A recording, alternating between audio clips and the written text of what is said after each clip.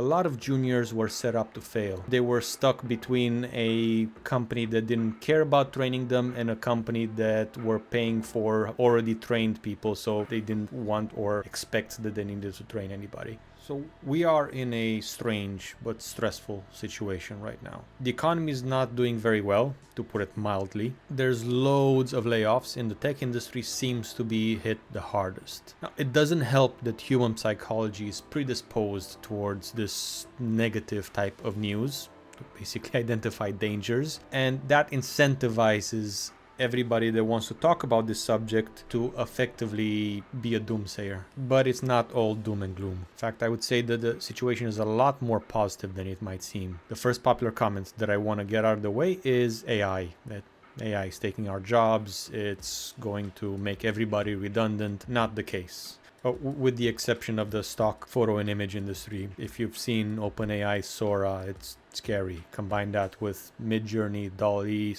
Stable Diffusion. If you make stock footage for a living, I would be worried, or I'd be looking at what else I can do. But everybody else, there's more reason to be positive than to worry. I say this because where GitHub Copilot is, which is the most advanced version of AI when it comes to coding, it's a productivity booster at its best. I mean, it is a productivity booster, it's safe to say. Microsoft did a study in December of 2023 where it showed that there is on average a 30% increase in productivity. Now, even if you take this with a grain of salt and, okay, say it's 10 to 20%, that's still good, but not enough to replace workers. In fact, what this will do is turn a lot of projects that were unprofitable or unfeasible because of the amount of investment needed to get them off the ground. They'll make them a lot more feasible. This will mean more projects, more products on the market, and therefore more jobs. Not to mention the fact that you can now have solo projects that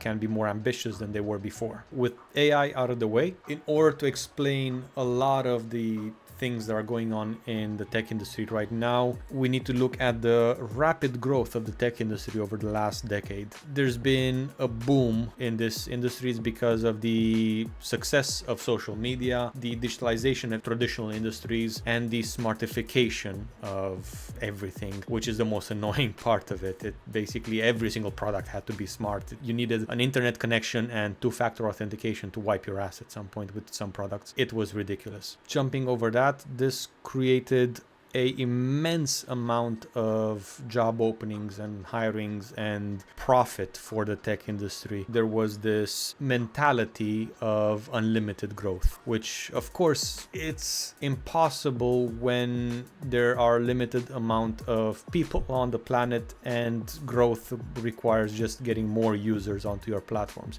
At some point you're just gonna reach saturation point. However, the first companies that were established in these industries got monopolies, and kind of rightly so. They were the first ones in the game and they built the industries. However, in order to maintain that appearance of growth, they weren't on a hiring spree, even when it made no sense. Like, they didn't need the people, yet they still hired. You had loads of reports coming out from undercover journalists, people only working 4 hours a week in certain IT companies. I think that was Twitter. You had all these day in the life of people working in the tech industries that were doing almost nothing, nowhere near the point where you can justify your job, especially when the economy takes a turn. The reason all these hirings were happening was especially since you wanted to guard your newly created industry from any startups that could bite a chunk out of your user base. And by essentially hiring everyone, wages went up and startups had a harder time hiring or affording to hire enough tech workers to get off the ground. So it was kind of a dodgy way of protecting established companies from new startups. It wasn't exclusive. There are a lot of exceptions, and I'm not saying that every single company was like this. There are some amazing companies out there. However, I can tell you from personal experience, I got in the IT industry in 2021. I mainly worked through contracting companies. These are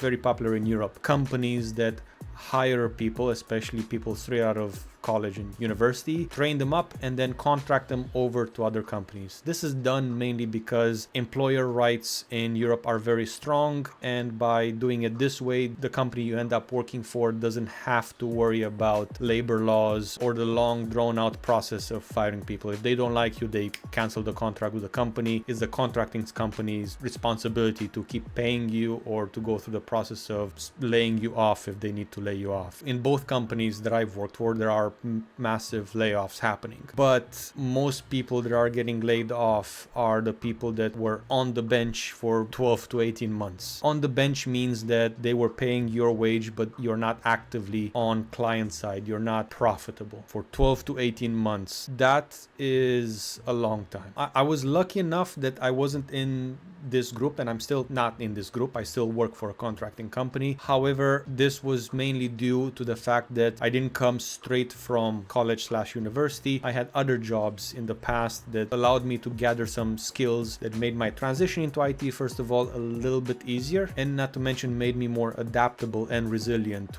when things got rough. However, I do feel for a lot of my colleagues, if you can imagine going through schooling, you're in classroom your whole life with a teacher in front of you telling you exactly what you need to learn and what you need to memorize, training you for the exact exams that you're gonna get, getting good grades, going to college through the same thing, always guided your entire life, then picked up by a contracting company, given some basic training at like warp speed because they just want to get you out there as quick as possible, and all of a sudden you're in front of a hiring manager from another company and you're pretty much crapping your pants because you haven't had any real world experience in your entire life. If you do get past the interview process, the quick pace of the industry is quite overwhelming. People don't really take the time or the energy to train you, especially since you're not their employee, not directly. You're a contractor. They think, okay, you should know all of these. The contracting company just says, oh, you'll learn by doing, and you're kind of stuck in limbo. Of course, you can learn a lot by yourself through YouTube, through a lot of different courses that you can find online, and if you know how to look for the information, you don't even need college or university in order to get into the IT industry, but you have to know where to look for it and learn how to learn by yourself. And since a lot of my colleagues were in a classroom environment their entire lives, this was a shock. This was a very, very hard transition to do. A lot of them ended up being on the bench for 12 to 18 months, and here we are where you get layoffs by the hundreds in these types of companies. But that is just why I believe that a lot of juniors were set up to fail. They were stuck between a company that didn't care about training them and a company that were paying for already trained people, so they didn't want or expect that they needed to train anybody. What this means overall is it is tough out there if you're a junior right now. This is because most companies have really high turnover, and especially the bigger the companies with more horror stories, there are more just corporately driven just by profits instead of thinking for long-term strategy and sustainability. They don't care about employees as much. High turnover rates means that there's no point in trying to train your staff because they're just going to be gone in a year or two, and that's being optimistic. Because of that, if you have any type of experience in the IT industry, you're always going to be sought after, and probably now more than ever, because at the same time as the companies that I even work for now is laying off people by the hundreds, they still have positions open and desperately looking to fill up those positions that have been for the last 6 months. They cannot find experienced people because everybody's tripping over themselves to hire them, while the juniors are just being thrown out. What to do in this situation? If you have any type of experience, work on your CV. You have nothing to worry about. Just don't give in to the stress and to the hype. If you are a junior, it is important that you learn how to learn. You train yourself as much as possible. If you were in a company for